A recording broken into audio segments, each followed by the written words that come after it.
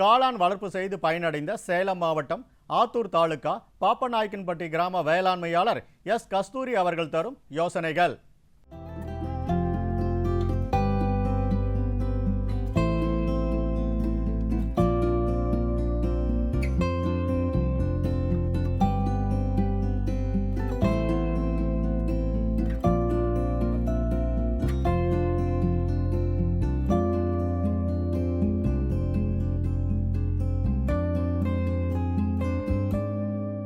வணக்கம், என் பேர் கஸ்தூரி. சேலம் மாவட்டம் பெத்தநாயக்கன்மலை வட்டம் தும்பல் கிராமத்தில் வசித்து வருகிறேன். எனக்கு ஒரு ஏக்கர் நிலம் உள்ளது. மஞ்சள், மரவள்ளி, பாக்கு விவசாயம் செய்து வருகிறோம். மரவள்ளி மற்றும் ஆமணக்கு ஆராய்ச்சி நிலையம் யாத்தாப்பூர் ஒருங்கிணைந்த பண்ணையத்தின் திட்டத்தின் கீழ் எங்களுக்கு காளான் வளர்ப்பு பயிற்சி அளித்தனர்.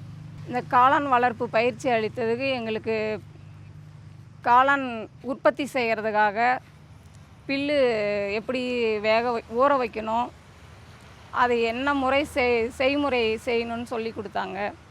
அதில் நாங்கள் பில்லு 8 மணி நேரம் ஊற வச்சு அது தண்ணி எடுத்து உலர்த்தி பில்லு வேக வச்சு அது பில்லு திரும்ப தண்ணி இல்லாமல் உலர்த்தி காளான் வித்துகள் போட்டு பாக்கெட் பண்ணி வித்து போடுவோம். அதுக்கப்புறம் இத்தனை நாளில் எங்களுக்கு அறுவடை செய்யணும்னு சொல்லி 20 to 25 நாளுக்குள்ளே காளான் வித்து வந்துடும். அதுக்கப்புறம் எங்களுக்கு தேவையான அளவு அதில் லாபகரம் வந்தது.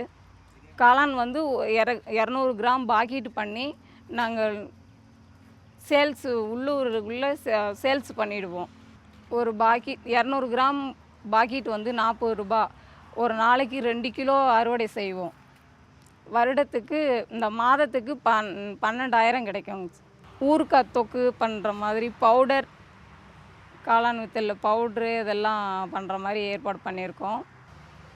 ஒரு நாளைக்கு இந்த பில்லு நறுக்கி போடக்குள்ள மட்டும் ஒரு நாள் வேலை அதிகமாக இருக்குங்க. மற்ற நேரம் வேலை இல்லை. தண்ணி போடுறத விட சரி, காலையில் சாயந்தரம் தண்ணி தெளித்து விடுவோம். மற்றபடி அதுக்கான வேலை இல்லை. இது கூடமா நாங்கள் லாபகரமாக ஆடு மாடு தொழில் அதெல்லாம் பால் இதெல்லாம் பண்ணிகிட்ருக்கோம். பயனுள்ளதாக இருக்குது, ஒன்றும் பிரச்சனை இல்லை, லாபகரம் உண்டு. மரவள்ளி மற்றும் ஆமணக்கு ஆராய்ச்சி நிலையம் யாத்தாப்பூர் எங்களுக்கு பயிற்சி அளித்தவர் நடராஜன் சார், அவருக்கு நன்றி அளித்து. மேலும் விவரங்கள் பெற வேளாண்மையாளர் எஸ் கஸ்தூரி அவர்களை 089 40 02 7101 என்ற கைபேசி எண்ணில் தொடர்பு கொள்ளலாம்.